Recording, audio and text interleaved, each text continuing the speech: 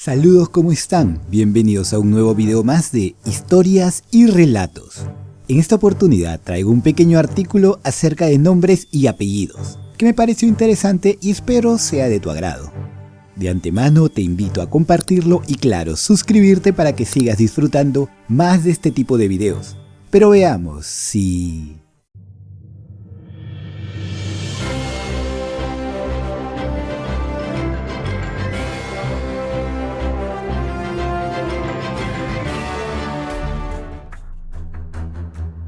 Historias y relatos.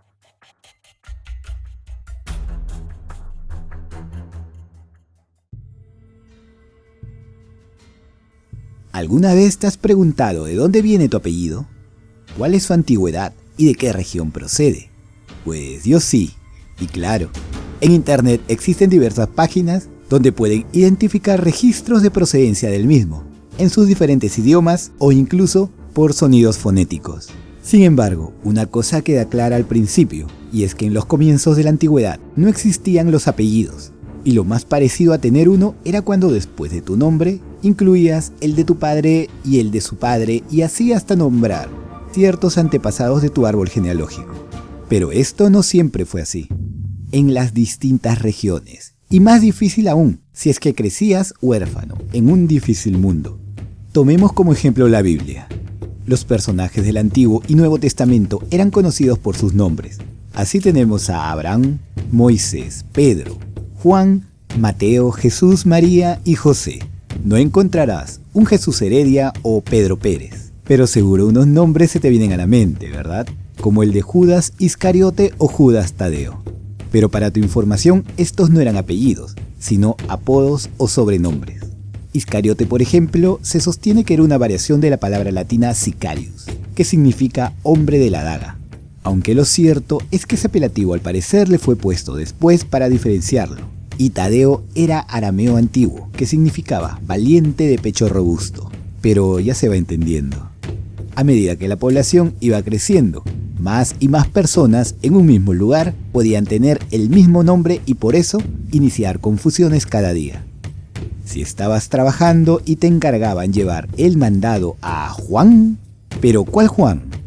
Juan, el que vive en el valle, el que vive en el bosque, cerca a las arenas, el de la puerta roja, el que vende flores, y así variadas referencias para identificar a Juan. Podemos ver entonces que apellidos como Valle o Montes son claramente el resultado de un lugar, usualmente donde estos residían. Esto es conocido como apellido toponímico, ya que la toponimia estudia la procedencia de los nombres propios de un lugar. Así, en este grupo encontramos apellidos como Cueva, Arroyo, Canales, Costa, Prado, Ribera o Peña, los cuales claramente hacen referencia a un accidente geográfico. Otros apellidos como Burgos, Logroño, Toledo o Ávila hacen referencia a una ciudad de España, por ejemplo. Bien, esto no acaba aquí, ya que la arquitectura también tiene mucho que ver aquí. Por ejemplo, los que tienen apellidos como Torres o Fuentes, Iglesias, Puente, lo más probable es que algún antepasado haya vivido muy cerca o a la espalda de estas construcciones. Pero si algún antepasado tenía, por ejemplo, una granja donde se especializaba con un producto, lo más probable es que haya sido conocido por eso. Así tenemos apellidos como Cordero, Manzanero o Toro. Oficios y profesiones de tiempos antiguos también pudieron ser referencia para nuevos apellidos, como pastor, labrador, monje o herrera. Si ninguno de estos apellidos era suficiente para identificar a una persona, entonces las características físicas o personalidad llamativa pudieron ser factor de referencia también.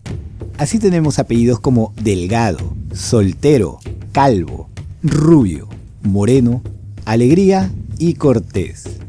Bien, ya que tenemos muchos de estos definidos, veamos aquellos apellidos que parecían nombres, si es que no tuviera la terminación es al final. El origen de estos es muy sencillo. La terminación es significaba hijo de. Por ese motivo, González, Rodríguez, Martínez, Jiménez, Álvarez, Benítez, Sánchez, Domínguez, Hernández, Ramírez, Velázquez y otros más significaban hijo de Gonzalo, Rodrigo, Martín, Jimeno, Álvaro, Benito, Sancho, Domingo, Hernando, Ramiro o Velasco respectivamente. Y así, este estilo de apellido iba de largo. Otros idiomas también tuvieron su dosis de nombrar a sus hijos con variantes del padre. Por ejemplo, en el habla inglesa tenemos a John, que nombró a su hijo Johnson, es decir, hijo de John.